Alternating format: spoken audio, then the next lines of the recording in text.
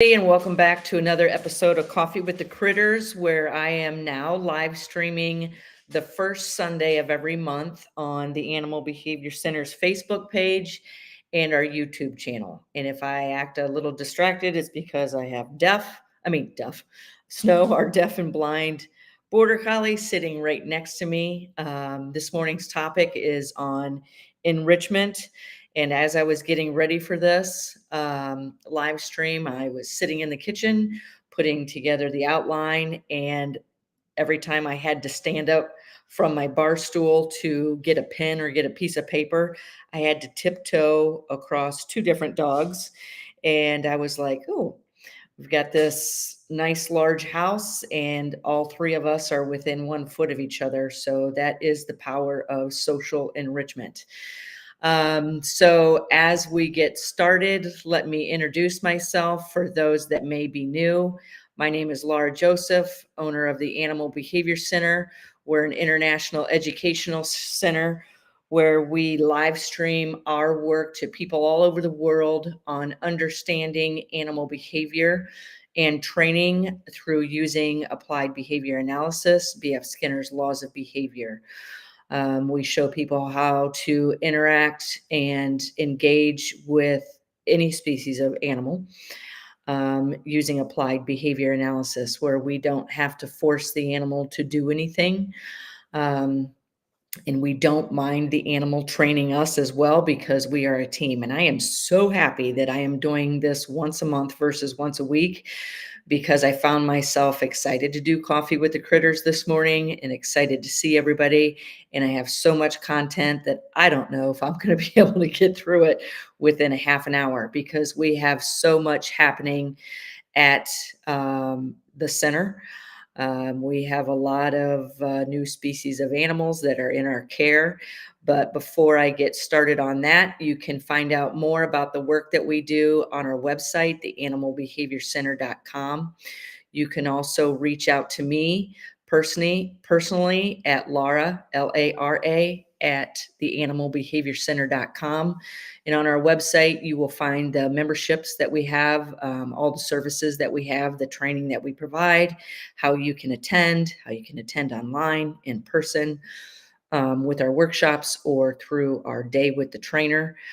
You can also take a look at our events, which you will find on our website as well. And I'm trying to update my blog. I have several topics I need to sit down and write about, but summer is here. Animals are being moved outside. We're building a huge new, I want to say, state of the art aviary behind our center. We're getting enclosures ready. Um, so you can find out more about what we do on our website. You can also contact me from our website as well. And with that being said, I'm trying to figure out, because I haven't done this in a month, I'm trying to figure out how I get to the next slide. But today's topic is on individualized enrichment, for no matter what the species. I have a couple different things here that I want to talk about. And one is defining enrichment. Enrichment is providing animals, whether enrichment is arousal of the senses, okay, through the five senses, and we can work on that. We like to see animals engaged, active, interacting with us through training, interacting with their environment, whether that's with another animal of the same species, seeing animals of different species, training with us, foraging, and all of our enrichment that we provide. We like to try to keep the animals learning. So one of the first things I do, I think this is dill or pickles, I can't remember. You're going to hear me talk about the lemurs as well, and you're going to also hear me talk about behavior concerns, what we do as far as enrichment, no matter what type of enrichment it is, and how we tweak it, involve behavior modification plans. Good morning, everybody. We got a lot of people on this morning. Thank you. I hope you remember. Join us every first Sunday of every month. Um, so one of the things I'll first start looking at is I just observe the animal. What is the animal interacting with? What isn't it interacting with? And the reason I'm showing this particular lemur is because I'm working with three different lemurs, dill, chili, and little gherkin, and trying to bring them together. And I'm going to talk to you about that a little bit later, but there's an issue. Okay. And that's fine. Issues, bring it on. We'll tackle it. We'll try to shape changes in things we need to implement in the right direction for the better well-being of that animal or group of animals. So I also observe what's it interacting with, what isn't it interacting with. I watch for and I will keep in mind natural behaviors that these species of animals usually do.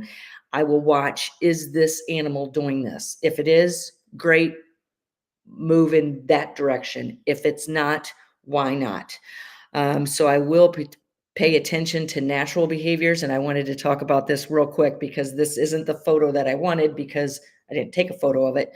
But so in addition to the array of species that we're working with, we're also taking over the care of 3 ring-tailed lemurs, 4 timber wolves, and 3 American alligators. Our alligators, Elvis and Priscilla, were just moved outside last week. They're not really as interactive right now because the temperature's not warm, but I just made a note. I send myself emails to remind myself what I need to work on in different enclosures. And I specifically had written down alligators like to sun themselves, majority of them. Um, I wrote down create some kind of elevated plank for the alligators to sun themselves. I walked by their exhibit yesterday and we have huge logs in their exhibit. And Priscilla was up on top of one. And I was like, look at that. How can we make this enrichment better for Priscilla? I've got some ideas in mind, but I meant to stop and take a picture.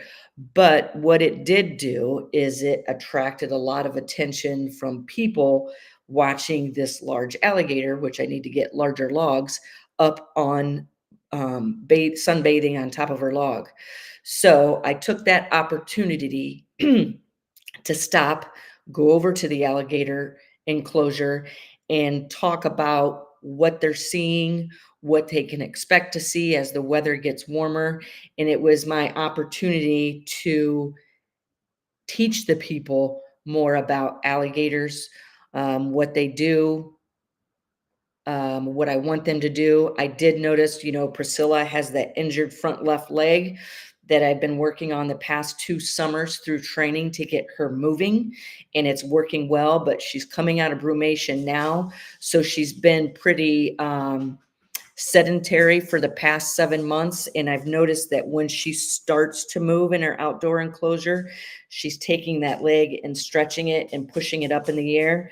And so I sit there and I watch her. And that's one of the first things I'll do is just observe the animals. And I noticed that leg and I was like, sent myself another email, get PT in line for Priscilla. So it may just be her, coming out of brumation and not moving as much. So I need to get her moving that leg. So another thing I watch for, in addition to natural behaviors, I'll watch what natural behaviors are they doing. And I chose to take this picture of Cookie. Cookie is a laughing kookaburra that is in our care at the Animal Behavior Center. And remember this photo? This was the old center that's sitting out behind my house, which is now sold. Somebody else owns it. Somebody else owns my house. I am getting ready to pick up and move closer to my animals. So I remember looking at all the volunteers and saying, who fed Cookie?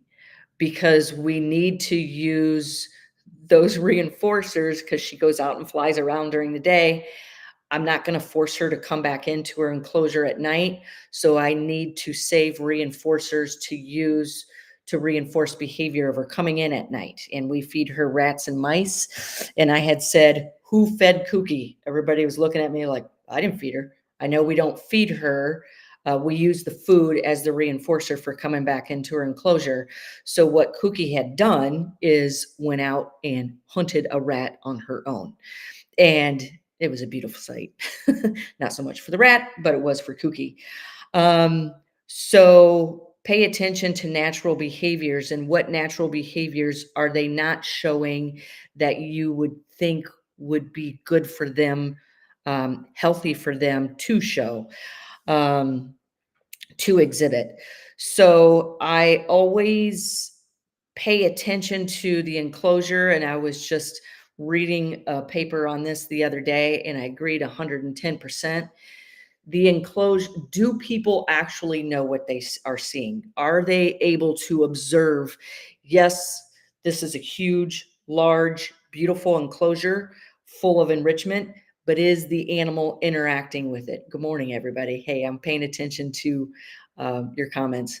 Is the animal or animals interacting with this big, huge, beautiful space full of enrichment? If the animals are not interacting with it, then it's not enrichment.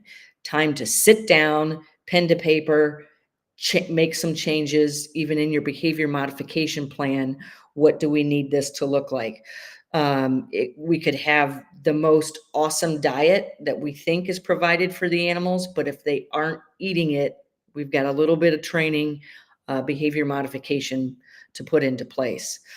So talking about space, a lot of people think that the bigger spaces, the better. I mean, we try to get our enclosures, our spaces as big as that individual animal is comfortable with. And so many times I do see that huge spaces can be fearful environments for the individual animal. So if I need to explain this to people, I will. And um, give people information. When they understand the information at what they are seeing, they are more informed and will now understand, why is this animal in a small enclosure? Let them know. Let them know the history of the animal, the individual animal. That's the history of reinforcement. What your plans are, why they're seeing what they're seeing, and to stay tuned. So anybody that knows me knows animals and ABA are my blood type. I want the best for this individual animal, no matter what the species, and whether it's with one animal or a group of animals. Um, so the animals at the center have large enclosures, a lot of them. Some of them aren't. Some of them we need to shape their comfort level of going in larger enclosures. But the reason I chose this photo is you're only seeing a portion of this play gym that we built for a couple different parrots. This is Rocky, our Moluccan cockatoo, the mascot out of the center, on a play gym. And I custom built this play gym, and we talk about this in the parrot project. I custom built this play gym for Rocky. So I've got this extended T-perch that that allows Rocky to come closer to the edge of the island where people are standing, because one of Rocky's most favored forms of enrichment is social enrichment, not only with other birds, but primarily with people. Um, Behavior noted, reinforcers noted. Okay. So if Rocky likes to be next to people, that's going to be a form of enrichment for him, social enrichment. Um, so we use that when we're observing animals. We identify reinforcers because we don't want to have to force an animal to do anything. So social enrichment with people is a huge reinforcer for Rocky. So a lot of times with Rocky, We're not only using food as a reinforcer, we're using tactile interaction, attention, which could be proximity, verbal attention, audible interaction, in addition to touching him. So we also will pay attention to if there's any special needs. And when you train an animal, you will begin to better understand that animal. And I've found no other way better to understand an animal than training it using positive reinforcement and applied behavior analysis. So many animals I've identified special needs. There's something lacking or something missing, or this animal is struggling to understand something, and I identify that through training. So many animals I have found that they have impaired sight through training the animal. And one of the ways I identify that is if you think the animal can see this range, um, and then when you're moving within it, if the animal startles, and I'm like, and if it startles a couple of times, and I'm like, if this animal could see properly, it would see my hand moving in this direction. And when I see an animal startle in a situation like that, then I'm like, okay, we may have a visual concern here, and then take it to the vet, um, and have it checked out. I've noticed this with Kooky, or not Kooky, Coco, our around 60-year-old umbrella cockatoo. I know that he has some kind of visual impairment, um, because of that jerking reaction. I know this, how I fine tuned this from was when I was training for Nature's Nursery, which I still do, a wildlife rehabilitation center where a lot of wildlife, they never see me unless they're staying. Um, any type of animal that's going to be rehabilitated and go back out into the wild, I do not see, I do not touch, I do not engage with. But ones that have to stay because they are hit by a car, a lot of those will have some type of visual impairment. And when I'm working with an animal with a visual impairment, one thing I will not do is when the eye that they can't see out of, when that eye is facing towards me, I do not move. I do not move until the animal can look up and look from the eye that it can see out of, so it doesn't startle it when it looks down and all of a sudden I'm in a different spot. So observe for special needs, and then almost every single type of, oops, I forgot to show a photo. Almost every single type of enrichment, all of our enrichment plans always involve foraging, teaching the animal to search for its food, to work for its food versus feeding it out of a food dish, because you guys know this from a lot of things I've said before. The animal could eat all of its nutritional needs from a food dish within 5 minutes. What is it going to do for the rest of the day? So we are careful to shape levels and complexity of foraging based on the individual or how that individual is acting within a group of other animals. So this, I know I sound like a broken record. Studies show that if you're actually using positive reinforcement training, it's the animal's preferred form of enrichment. So not only have we talked about enclosures as enrichment, visual enrichment, audible enrichment, tactile enrichment, um, foraging as enrichment, training as enrichment. I entered the field of animal training through the field of animal enrichment. I liked building enclosures, seeing animals use every foot of that enclosure. Um, And then I began seeing how when you first start training an animal, especially if it's fearful, I was just talking about this yesterday, giving a wolf encounter. Um,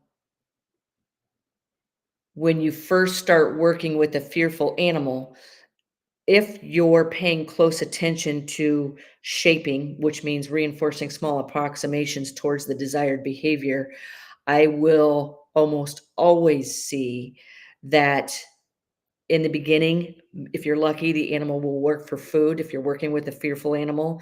And if you're fluent, observant, creative, you will see that soon through training, thanks, Jack, soon through training, that animal's primary form of enrichment will soon become the opportunity to be with you, the opportunity to engage with you.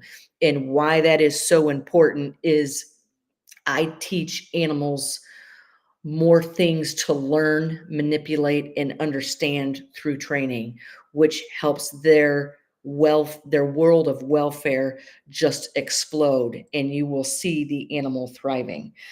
So this is a photo of me training Bruce, our American alligator, who is still a very fearful alligator. So he will not go on exhibit. We're getting ready to, I've got somebody behind my center right now cleaning gator pools because we're getting ready to dig holes behind the center for pools for Bruce. So he can be outside away from people in as much natural environment as he wishes. His wish is my command. So we're building him a large enclosure outside the center off exhibit so he can just love and live his life however he chooses to. We are just his servants that are going to make that happen. Um, so I also watch, is the animal eager to engage? Engage with what? Engage with its environment, engage with items, objects in its environment, engage with us. Um, so back to Rocky, identify reinforcers. This is me testing and in identifying if tactile interaction is a reinforcer for this specific individual animal. Um, Also, I told you I was going to talk about this. So for those of you that are asking about pickles, it used to be Dill and Pickles. Pickles passed away a year ago this past April. And I knew this was going to bring a lot of stress to Dill because they've never been separated. So immediately within 24 hours, we already had an introduction plan of another ring-tailed lemur in place for Dill. And that's how we introduced Chili. And for the past year, they've been thriving, living together. Well, then came along little Gurky, little Gherkin. So Gherkin is a very young ring-tailed lemur. We did not want him to be alone. The Animal Behavior Center is in the final stages of taking over the care, which is a lot. Care is a loaded word of Dill and Chili.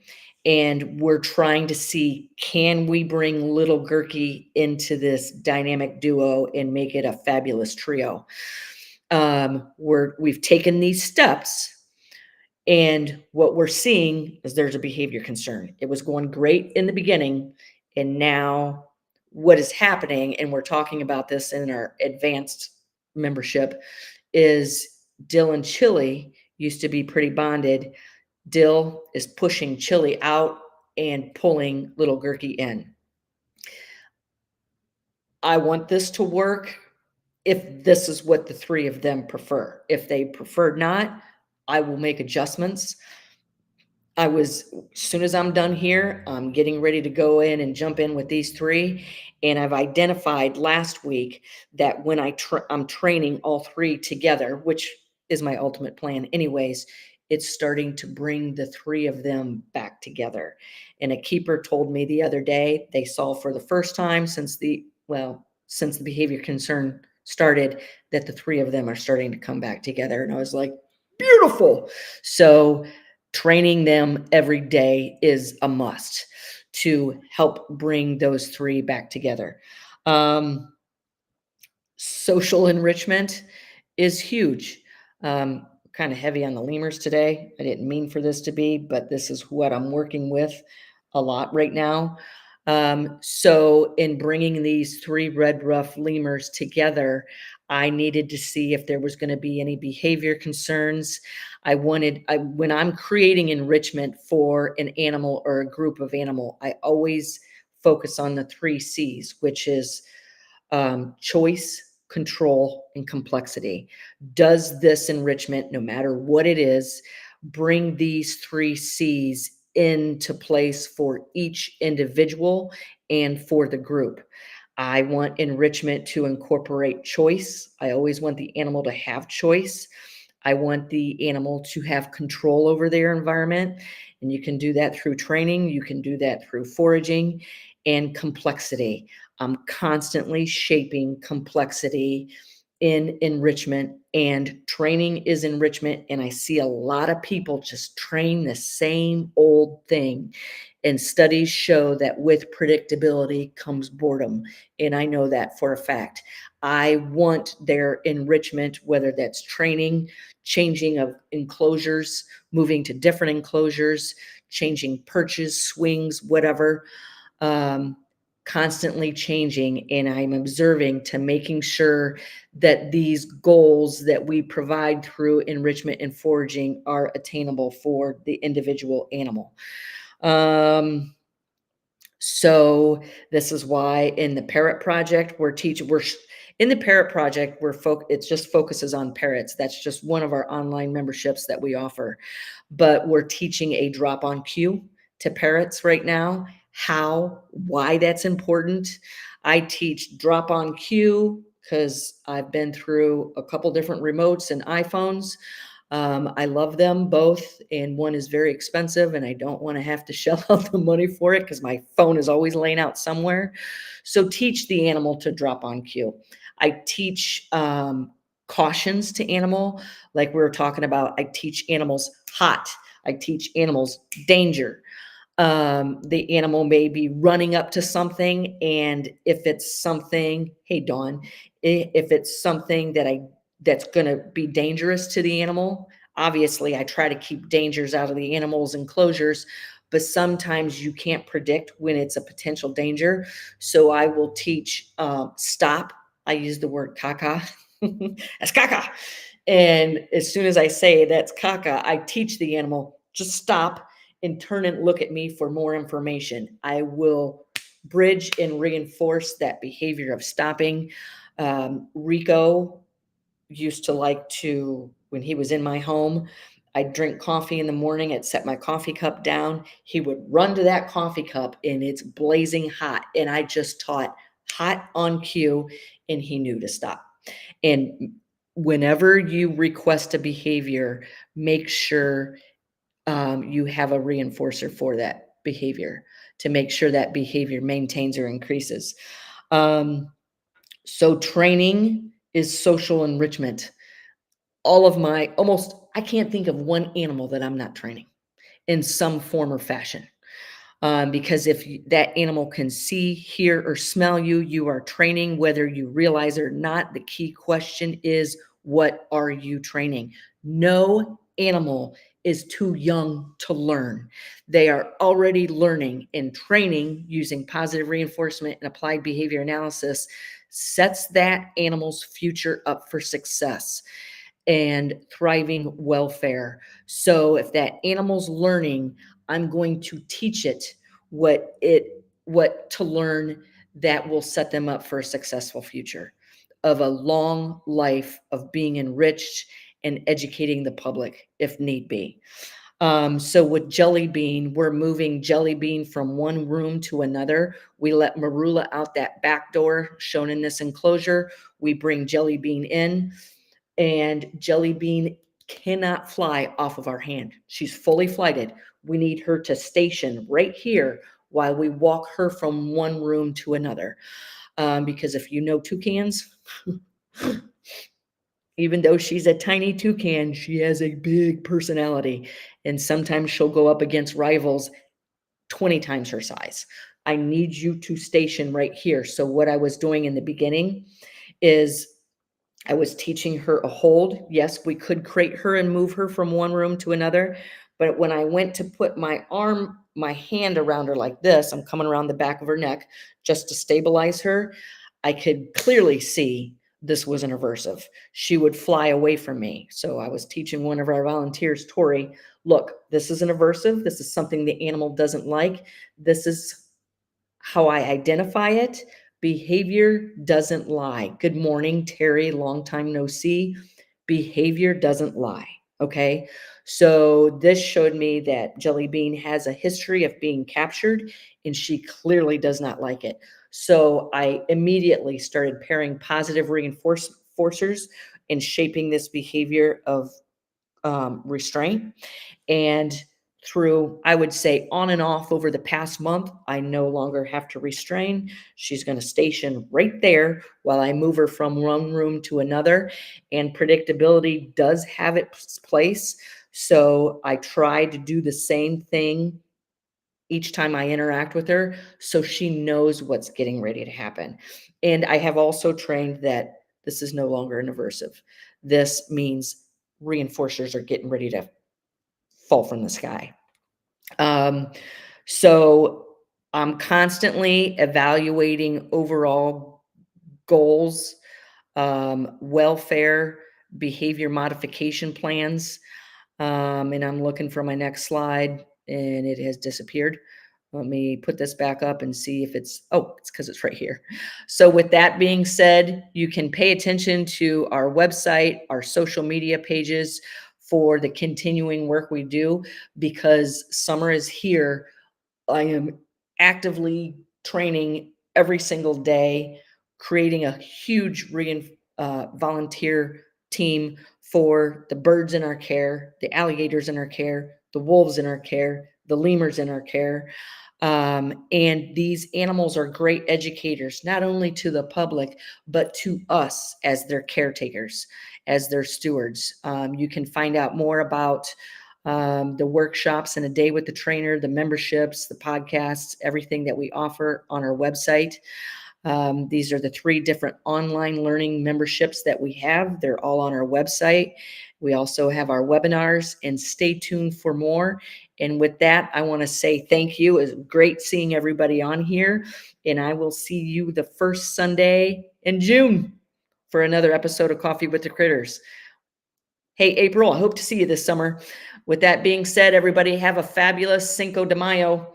I'm going to, because I'm getting ready to jump in and train some lemurs, gators, and wolves and birds. I will see you guys the first